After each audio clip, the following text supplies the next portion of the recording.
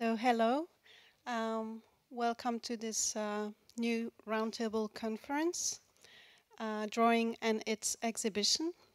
I would like to introduce my guests. Here on my left, Renée Lévy. She's an artist based in Basel. She defines herself as a Zeichnerin im Format der Malerei, as an artist working with drawing in a large scale. Her work is led by gesture and the energy of it, as well as by the strength of color. And she's working on large-scale paper or canvas, as well as on small sheets of paper using watercolor, sprays, gouache, etc.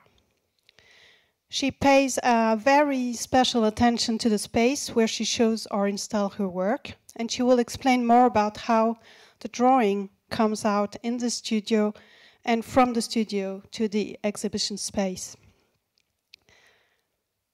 I would like to introduce Bera Nordahl here. She is since 2002 the director of the Nordic Watercolor Museum in North Sweden, which is open since 2000. And she was formerly the head of the Malmö Kunsthall from 1996 until 2002.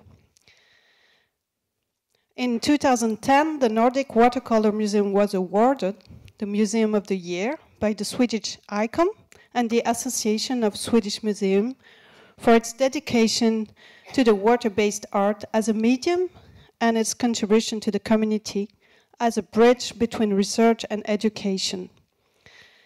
She curated a dozen of contemporary art exhibitions, and in 2015 she welcomed, as we said many times already, the Florence and Daniel Guernin collection of the Centre Georges Pompidou, which ended just in January. We will be interested in hearing more about the challenges that drawing represent for the curator of an institution, such as the Nordic Watercolor Museum, especially when dealing with contemporary art. Anne-Cécile Guittard, here at the end of the table. She's a French freelance curator and art consultant based in Busan in South Korea.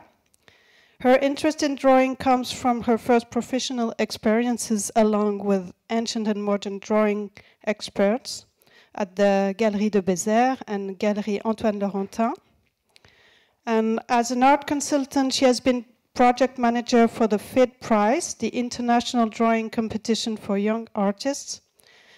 In 2013, she founded, with another young curator, Guilhem Monceau, a web newspaper called L'Agenda du Dessin Contemporain, Contemporary Drawing Agenda, a non-profit organization aiming to promote drawing practices through referencing and archiving exhibition announcements, publications, conferences, and various projects to be held in France and abroad. We'll discuss with her the web platform as an exhibition space, as she ran from 2013 to 2015 BG Now, a curatorial platform dedicated to nomadic exhibition production. Here on my right, Joanna Neves. She's an art critic and curator based in London since 2012. She completed a master in curatorial studies at the Fine Arts University of Lisbon in 2002. And she had many experiences as an art critic, curator, co-director of the gallery Chantal Cruzel in Paris, where she worked until 2005. She's been working since 2009 with Johanna Carrier and Diogo Pimentao for the Roven platform, which is a nomadic exhibition platform during which happenings, events, performances, and setups are carefully choreographed in a given space. These soirées has been presented in places as diverse as the Museum of Magic in Blois or the School of Fine Arts in Besançon. And along with Johanna Carrier in 2011, she organized exhibition with the graphic line method and other lines at the Gennevilliers Art Center. So, for a start, I would like to trigger the discussion, start with a short comparison between these two first images, and I will do a short bend to the history of exhibition of drawing. Today, the hyper-visibility of drawing has become something normal for us, as we have this drawing fair, but it hasn't been always like this, and maybe it's important to begin to remember that. The comparison of these two first slides are from two Swiss artists, as I am running a Swiss museum by Lake Geneva. This first Swiss artist is Markus Retz, and he installed some drawings that you can see pinned on the wall in 1970 on the occasion of this project curated by Jean-Christophe Amann at the Kunstmuseum Lucerne, which was called Visualisierte Denkprozesse, what we can translate maybe as visualized thought mechanism, I don't know. And I think it's interesting because on the very left side of the drawings that you can see above the copy machine, you have a note of the curator, Jean-Christophe Amann, inviting the visitors to take the folders where the drawings are put and to copy them in order to bring them home. So the idea here of the artist and of the curator was to give a very big accessibility to art to the visitors and to desacralize the role of the artist and the artwork. Here the drawing is cheap, escape totally to the market of art, is a reproducible object, a multiple that everyone can have.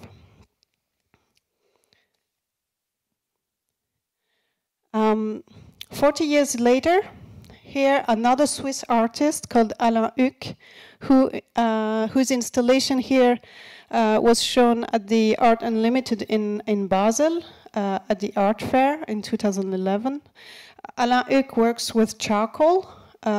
He does king-size drawings, and as you can see, the time has changed in a way that a drawing has become, has gained the format of the history painting, the frame, the heavy frame of canvas.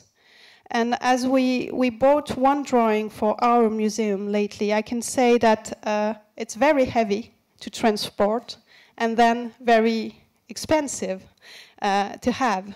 So the contrast between the installation that we've seen shown on the occasion of the show of Jean-Christophe Amann and these drawings here let us think that something has changed, and this is maybe what we will discuss today. So maybe I can add that these drawings have been made with assistance. So now maybe some of the artists that are drawing are working as the big artists, big famous artists of the modern times, such as Rubens, for example. So these are made with the help of many other people. So back to the history, I just wanted to show a few slides because we had last year the occasion to publish a book about the exhibition of drawing. I wanted just to to go back to Documenter 3 in 1964, where the curator had, for the very first time, embedded in the contemporary art show a special department for drawing. And here I think it's important because you can see that the setting, the display of the drawing, aimed to give some weight to the very flat white sheets of drawing, some importance, and this was used as to serve the curatorial policy of Werner Haffmann, who curated the show. We have Hugo Daniel in the audience, who wrote an essay in our book about that, and if you're interested, then please read it. It's very interesting. So, as you know, in the 70s, I won't show everything, but in a random order, we can remember that many different type of drawings were exhibited. Here we are in Paris. We can see here the installation of Les Tuileries of Gilbert and George, shown in '74 in Amsterdam. It's a big charcoal installation. Here, another important exhibition for me, which is called Freunde, Friends, Freund, which was curated by Harald Seemann and Karl Rohrberg, where you can see Dieter Roth and Andre Tompkins thinking of what they're going to put on the wall at the Kunsthalle of Bern. The name, the title of the show is important, referring also to what Philip Cohen told us previously. I think it's important to see here that the drawing is a way to have some kind of friendship between the curator and the artist. The idea here was to be in a friendship, in a relationship of friends, and not some kind of a pyramidal order from the curator asking the artist to put some drawings in his exhibition. So, as you can see, the catalog of the exhibition was full of crossing out. You may know, of course, the catalog of the famous show of Harald Seemann, When Attitude Become Form. I put it here because it's important for me that it's handwritten.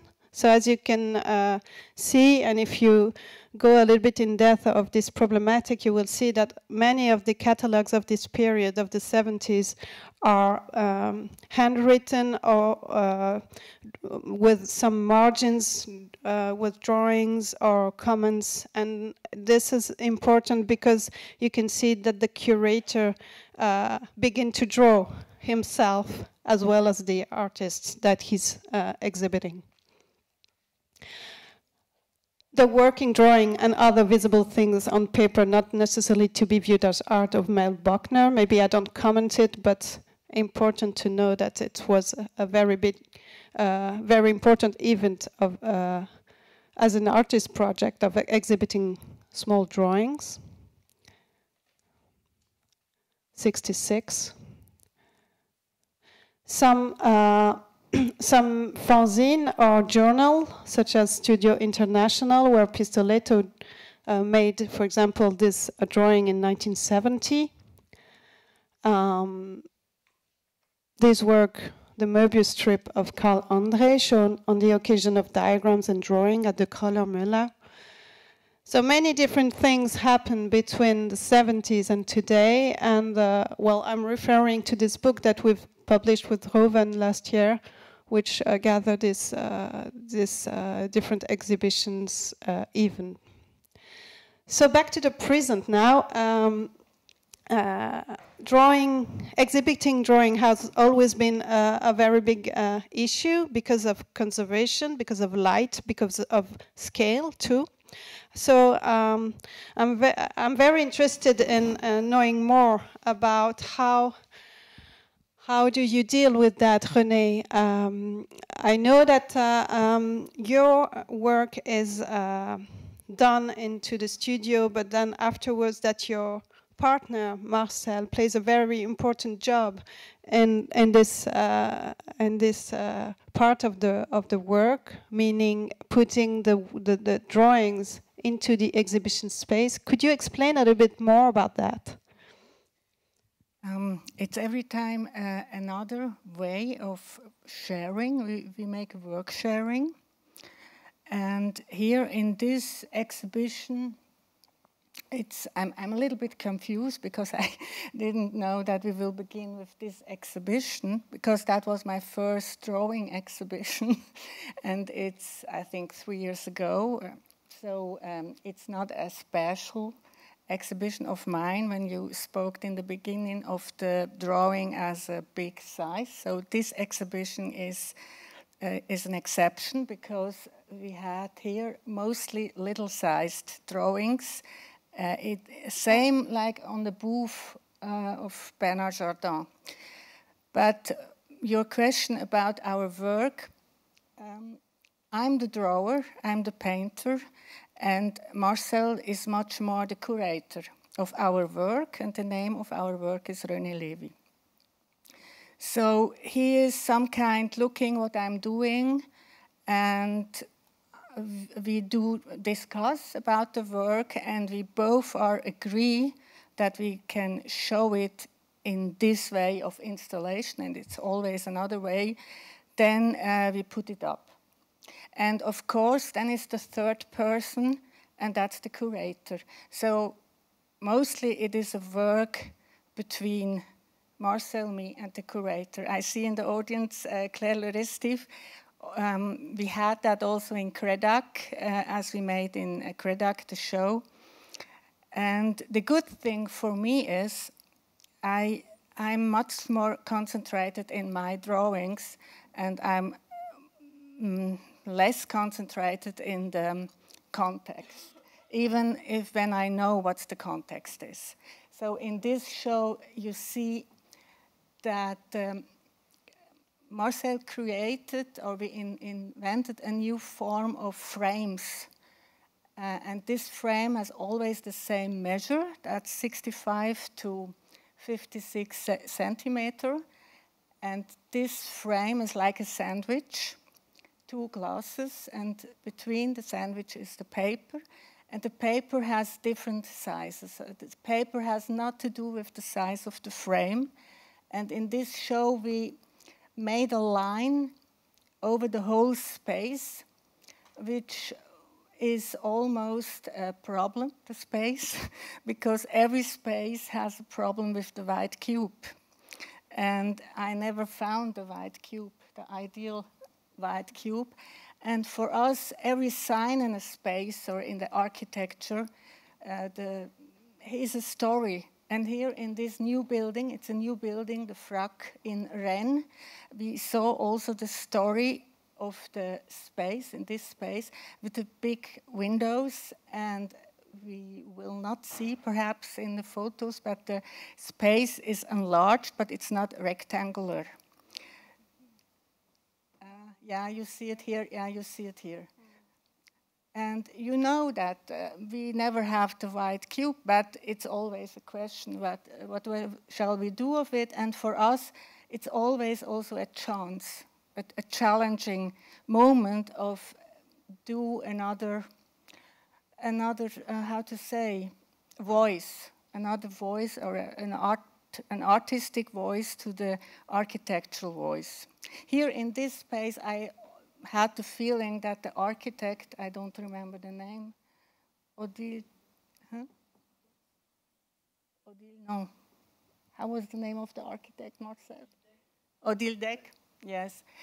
I had the feeling she is the most important artist in the space, and so we had that a lot of time, this problem that the architect is much more important. And in this case, our solution was to make one line who took everything together, and that was the line of the eye. You see that we had on the one part, on the right part, you see the drawings in these special frames, and in the other part we had aquarelles, big-sized aquarelles, work on paper.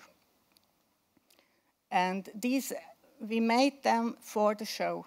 The size and all of these aquarelles have been done for the show, that we could create this line. So for me, this is also a drawing, but a big drawing. Yes. Could you just tell us a little bit more? I understand that the context wasn't as easy as you expected, but could you just tell us a little bit more about the relationship between the small drawings and this big watercolor work, which is, by the way, fascinating, because if you see it very close, the blue is very deep and very beautiful. Yeah, that was really my first aquarelle, a very big aquarelle, and I made the color myself, and they are done on the floor in my studio. We glue the aquarelle paper on the floor that we could do the work, and then we glue it on aluminium, that the paper is not framed, so that the paper has a holder behind, but we can touch if we want this drawing. I say them drawing. It's here in this case, it's really special. I said because it's done in one gesture, so that's also something important for me. Also in the drawings, it's done in one gesture without stop, and fill the space in one gesture, and that was in the aquarelle the same moment. Here you have the work Boulevistan at the Haus Konstruktiv, curated from Dorothea Strauss. That was a work which was a trigger of the title of the work, of the exhibition. That was a group show with the title Hotspot Istanbul. It was a show at the Haus Konstruktiv in Zurich, and that was planned before the demonstration of Gezi Park in Istanbul began. And the day of the opening, it was just the day after the first Gezi Park demonstration. But for me, it was a trigger to do this work, because I'm from Istanbul. My family comes from Istanbul. But I never have seen me as a Turkish artist, and Dorothea invited me as a Turkish artist, and every artist in this show was from Turkey, or much more from Istanbul. And that was a big surprise for me. And so I made a new work where the title Istanbul is combined with my name. And that gives a Boulevistan. So that's some kind of reason of the work. And there is another reason.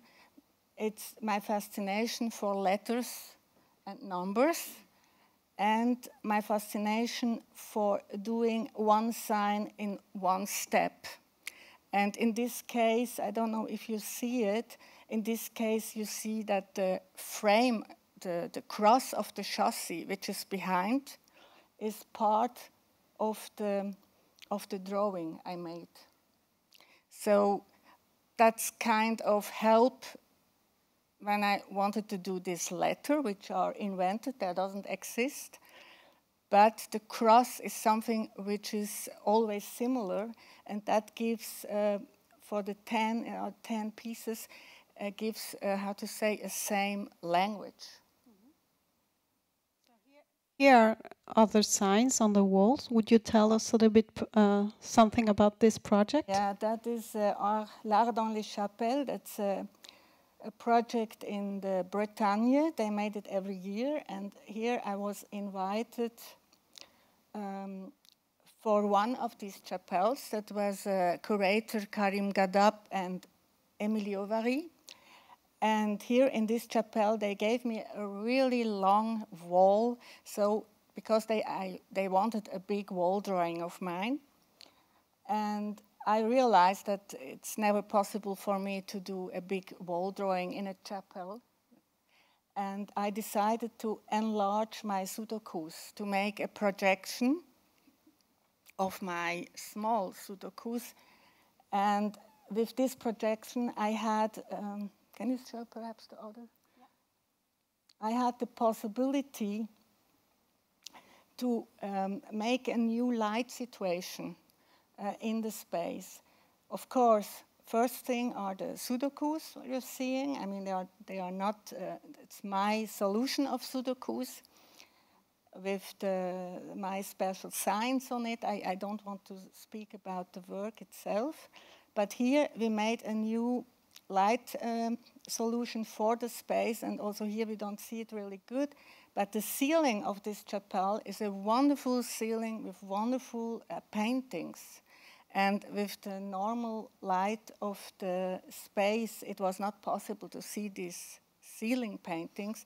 And so we decided to make a work which has these two sides. On the one side, we have this ceiling enlightened, and the other side, our Sudokus, or our numbers in this chapel. It seems me much more use, or how to say, it seems me much more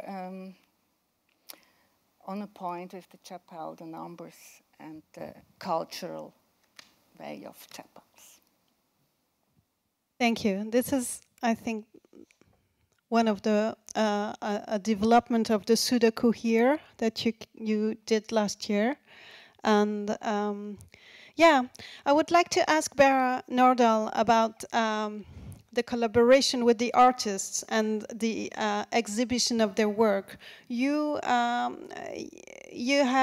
exhibited some collections, such as the one of the Guerlain last year, but you have also many collaboration with art directly with the artists. And could you tell us a little bit more about the discussion you have at the time when comes the moment of the exhibition or the installation of the work in the institution?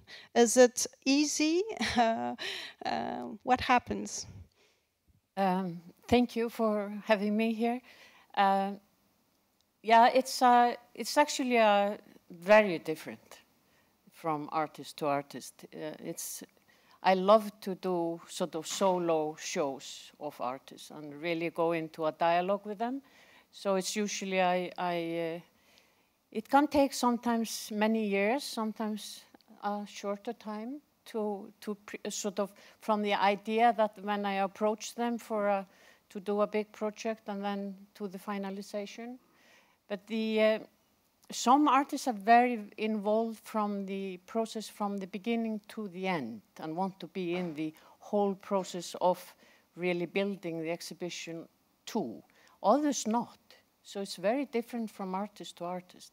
So I find that first is really to get to know each other. Some I know from before, but it's really this kind of trust that needs to be between me and them. And it has to also to be a respect for, and also that you know the space. I, of course, know the space very well, so I want them to come for many times, at least one or two. And then that they stay, maybe, because as you saw from the first image, it's a very special place. It's in the north of Gothenburg.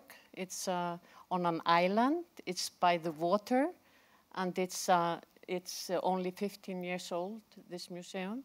And really in this concept that you have a name that is, in Swedish, is Nordiska Akvarellmuseet, the Nordic Watercolor Museum, you have really three very difficult things. You have Nordic, which we don't want to talk about now, we talk about Europe. And you have aquarelle, which is really kind of, when it was started, it's very old-fashioned in a way, and kind of associated with watercolor associations and sort of those who are really only interested in the technique of watercolor, which is actually different from drawing.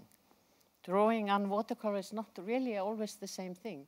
So you have watercolor that is drawing, and you have watercolor that's more like painting. So and also has its own life. So you have a very different And then you have museum, which was at that time not very fashionable.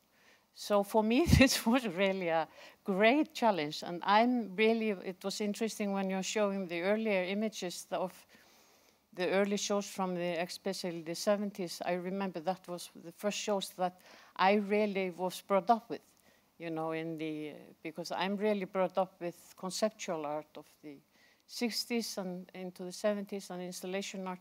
And I never worked really with works on paper until I came to this museum. I did big international exhibitions, but I always included the paper somewhere. So it was a very very personal for me to go into this medium. And I would say it's a challenge each time. Often you're asked if you have a dream exhibition. I think always the exhibition I'm doing is my dream exhibition because that's why I'm doing it. And this kind of connection that when you go into a studio, you begin to think about the process and how you're going to do it, select the works, think about the space, do the catalog. We always do big catalogs. We do a film, a documentary with the artist, and go into the educational part. How are you going to present the exhibition to the public, and then how you are going to inform, you know, really sort of how are you going to let people understand that this is very important. This is the most important exhibition we have ever done. And that's always a challenge. And some artists, it's easier to present and others is more difficult. But I love that process. I think that's why I'm in this. I'm doing it for working with the artists, working with great art, finding the art that sort of inspires me and that I react to, and also to get the people to understand it. Also, that this is important. It's very important for me, the guests. So that's why I'm really doing the exhibitions. Thank you. Anne-Cécile Guittard, you're acting as a curator as well as a web actor. Here is the homepage of BG Now, the platform you created for 2 years with Ségolène Brossette, which was a platform of exhibition for drawing and photography. Could you tell us more about it and why the medium of drawing was relevant or fit to this kind of format of exhibition project more than others such as painting or sculptures? Okay, first of all, thanks for inviting me. As you mentioned in the introduction, my concern regarding drawing medium dates back from my first experiences with art dealers, master drawing art dealers. So I was in charge of archiving auction results from 16th to 20th century drawings. And I think it refined my perception of graphic gesture and history of the line during this period. The link with contemporary drawing dates back from a catalog I discovered in MoMA in New York, Drawing Now, 8 propositions held in 2002. It was a real revelation for me because the curator referred to Drawing Now held in MoMA in 1976. Laura Hopman, the curator, gathered 26 artists within 8 themes: science and nature, architecture, ornament and decoration, utopia, metaphysics, popular culture, comics and subcultures, fiction and allegory. And she stated the comeback of narrative drawing during the 80s with key figures such as Hugo Rondinon, Paul Noble, Kara Walker, Jokun Nostrom. So it was this postmodern return of figurative drawing that really interested me. So when I started as a freelance curator, it was in evidence that I should focus on contemporary drawing practices. As my colleague Ségolène Brossette focused on photography, we wish to gather our respective patients without any dedicated exhibition space, mainly because we had no money to create something sustainable. However, we share the great will to support artists through a small, light organization that enable us to experience our curatorial vision. So in this context, the question for me was not why the medium of drawing is relevant to this format of exhibition project more than other, but how can we produce relevant content through self-run, low-cost project in atypical spaces? So, as Roberto stated in Show and Tell, the primary means for explaining an artist's work is to let it reveal itself. Showing is telling. Space is a medium in which ideas are visually phrased. So according to me, the economic crisis and the difficulty to have a sustainable activity, whether you are an artist or freelance curator, it implies a lot of energy and creativity. So from surrealist and Dada to every single web app projects nowadays, low-cost practices were and are still characterized by being on the margin of our institutional systems. Thank you. We can see here the homepage of your website. Yeah. We will get back to the question of the visibility of drawing through the addressing the question of the exhibition. But here we can see also the other another page of your website and the homepage of l'agenda du dessin contemporain, which is, as we said, an important platform of promoting many projects of about contemporary drawing in France and abroad. We'll get back to this very soon. I would like before to ask Joanna about her activities as a curator and the platform, the Roven platform. Could you tell us a little bit more about this exhibition format and why this kind of nomadic format fits particularly to contemporary drawing rather than other? And also maybe the second question would be could you tell us a little bit more about the collaboration with the artists? How did they react to these proposals? And yeah. Well, first of all, just maybe a little background. The way we all met each other was we have mentioned here Philippe Cohen, the collector who spoke previously, and the exhibition Freunde, Friends.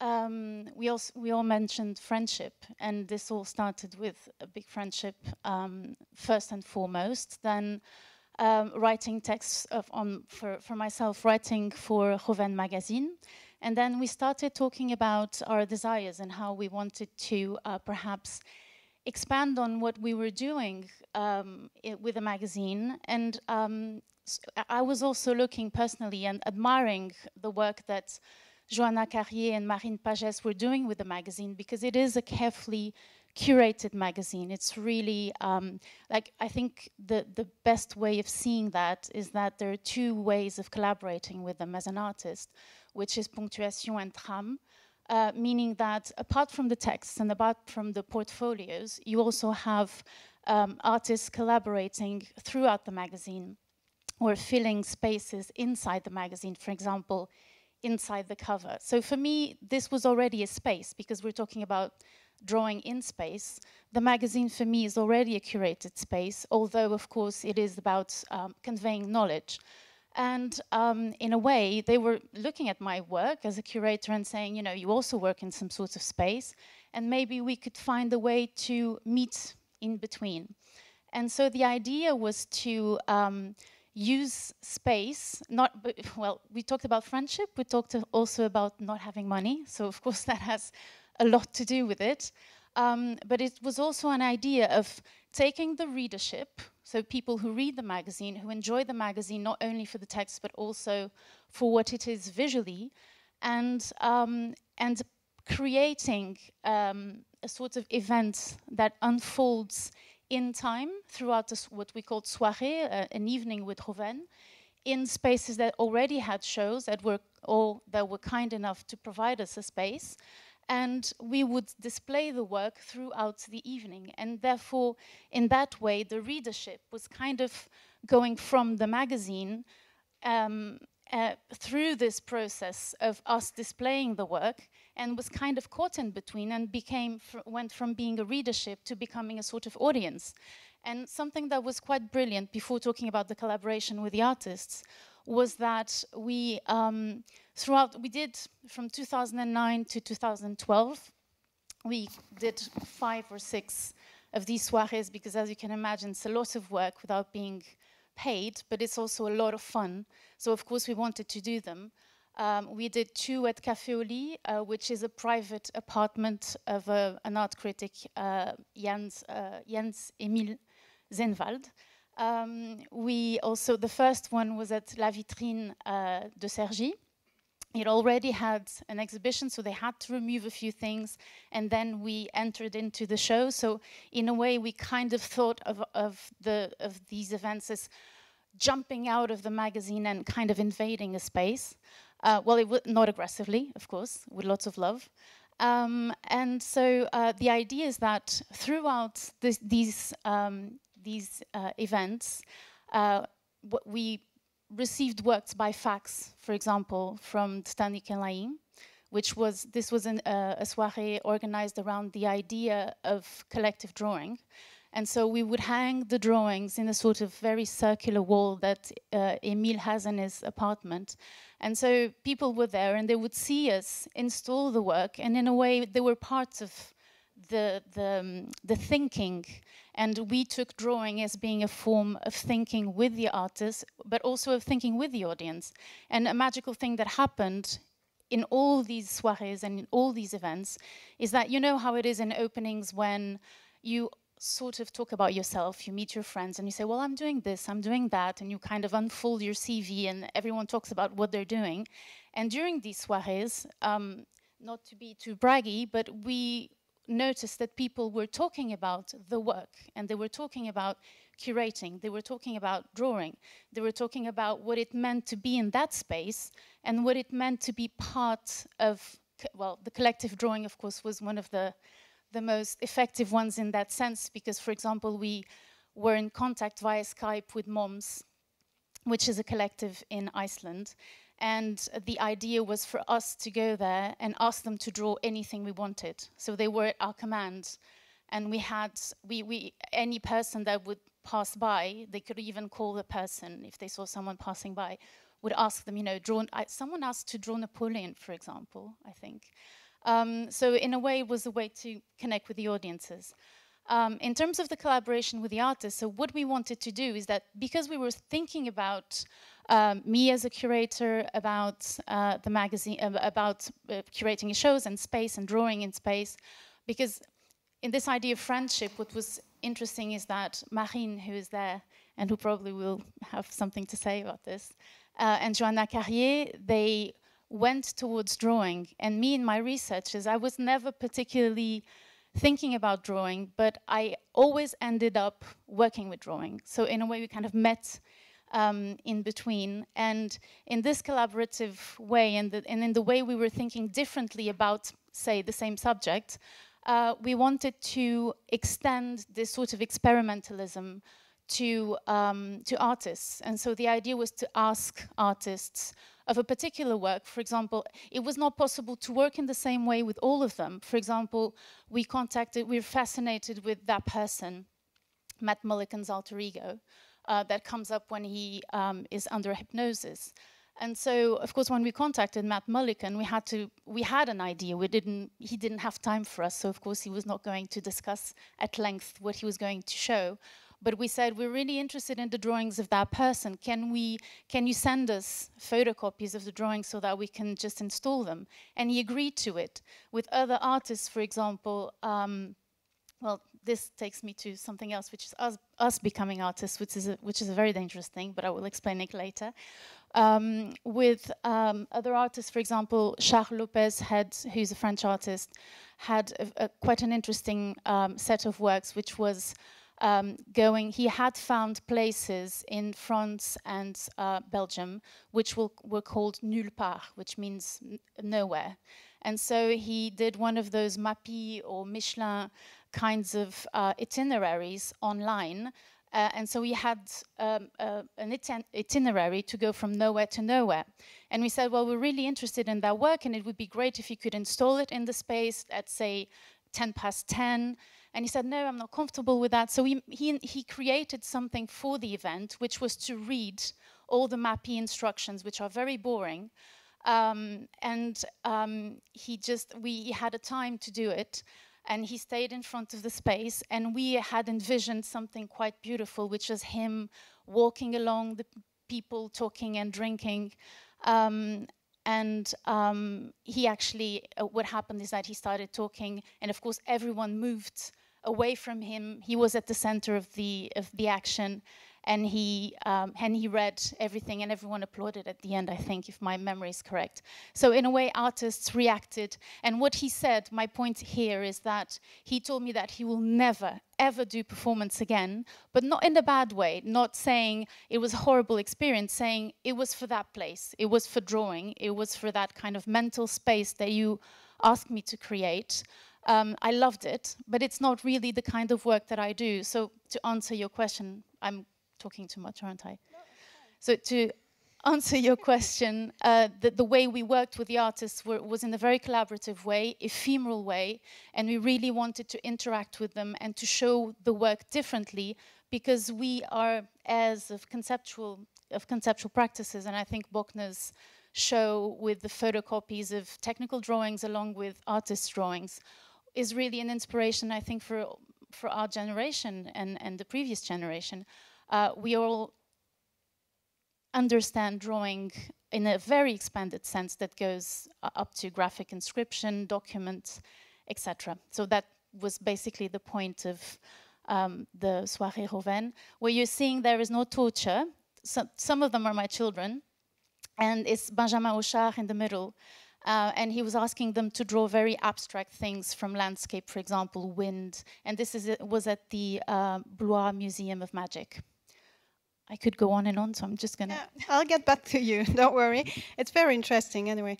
So the drawing can connect people, connect artists to curators, connect art to the audience. That's very interesting. And from the 70s until today, I think we are always getting back to this idea. René, how would you react if one of these super curator would ask you spontaneously to send a drawing? We have seen how big is the issue of exhibiting, of giving visibility to the work. Is the idea of spontaneity a dream of the curator only, or would you share it?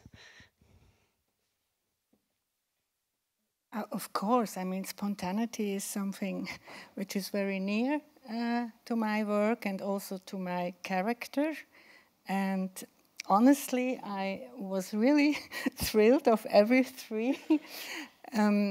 First, I would like to go to the Nordic, and I was never there.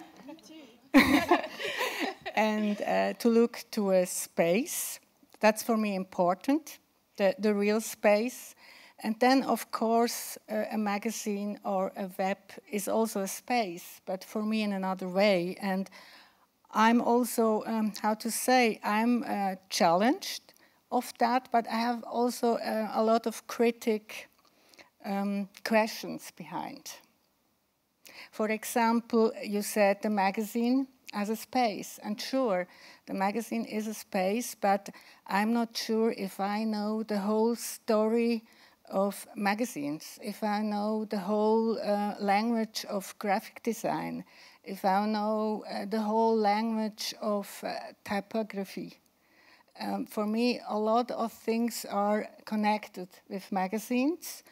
And when I'm speaking about art, I have the feeling I'm much more sure about what I'm thinking about. Or when I'm in a space and I'm doing a wall drawing, I have much more feeling of, okay, I know that I have a good relation to that.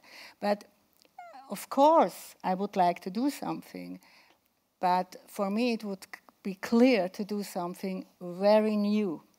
We always asked in the context of a thematic, so I'm sure we would have a really nice conversation.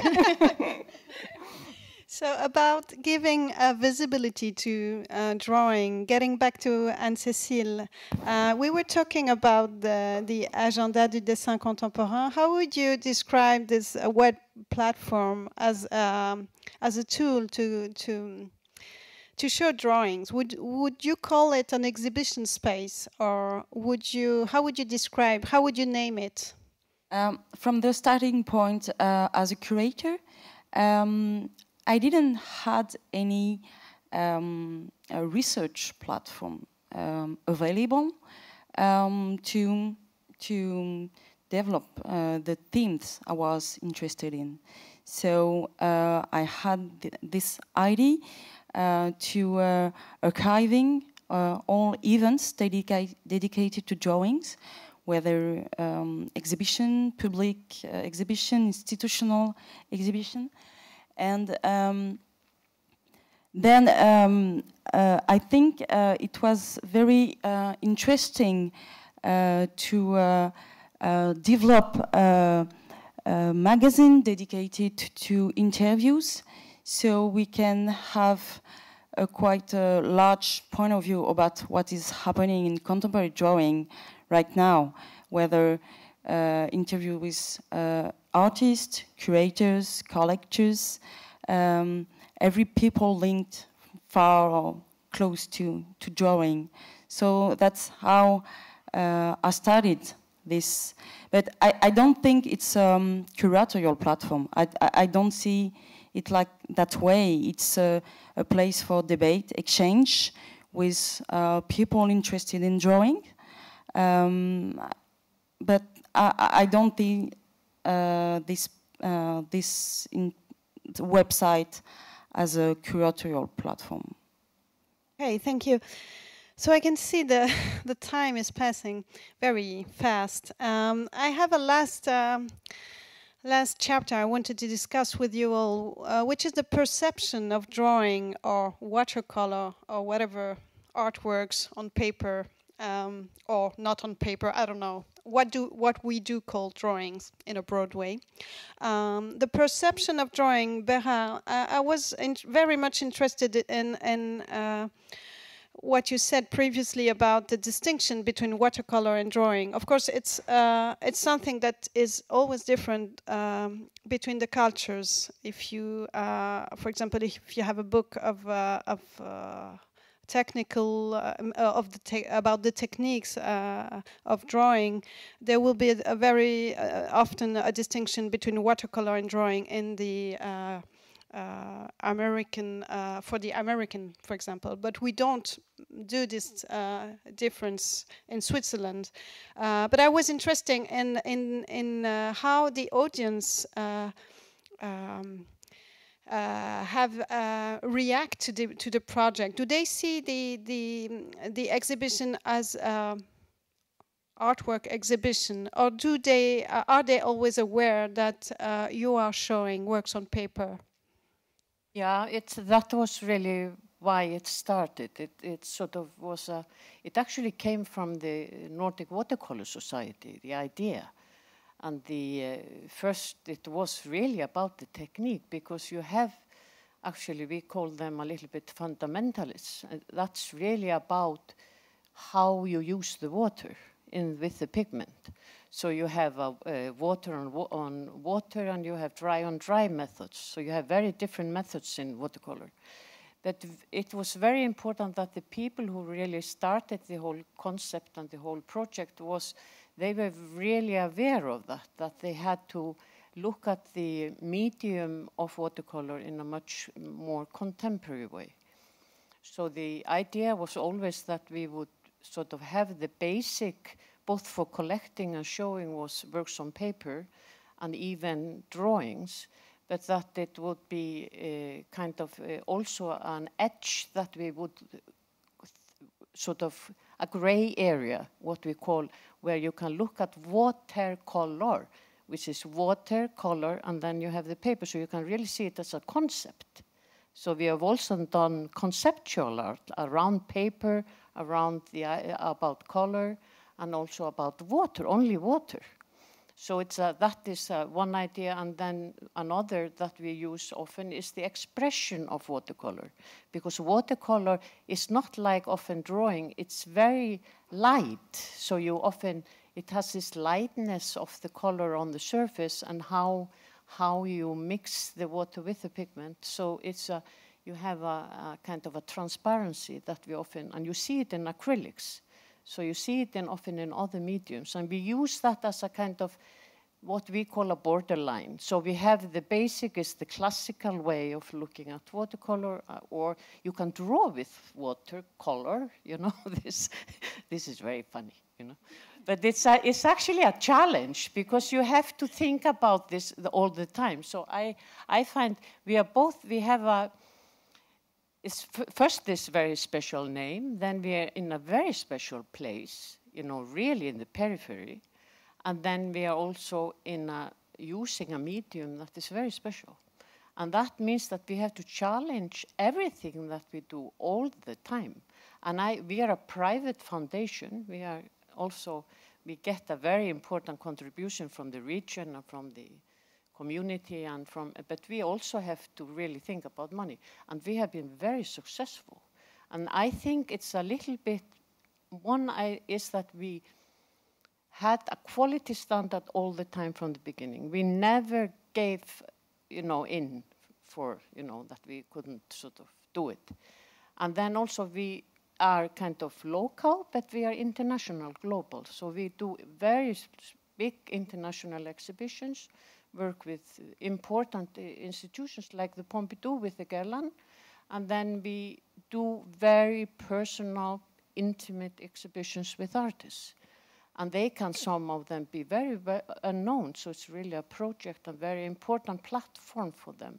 And then we have a residence program also, because we have we are by the sea, and then there's a small island by which we have built a bridge, and there we have 5 studios.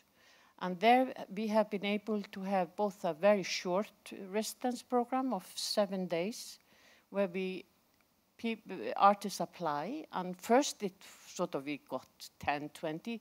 Now we get international 100, 200. It's increasing all the time, and we are just beginning. So I think that will be a very important for the future of the museum, in this place that if I see the museum, you have to see yourself in the future. I see the museum as a very big residential program for artists in sort of 30 years, where the collection and the exhibition program, the education program will all work together in this. And I think really it's very important that artists feel that they can have a kind of a very open mind when they come into a museum. Like I was talking about earlier, I mean, I never know really how the exhibition will look like when I first approach the artist. But some artists leave it to me, and then I get the idea it sort of grows with me and comes. But I also like to do this collaboration, or that even the artist takes over. Sometimes I let them do what they want.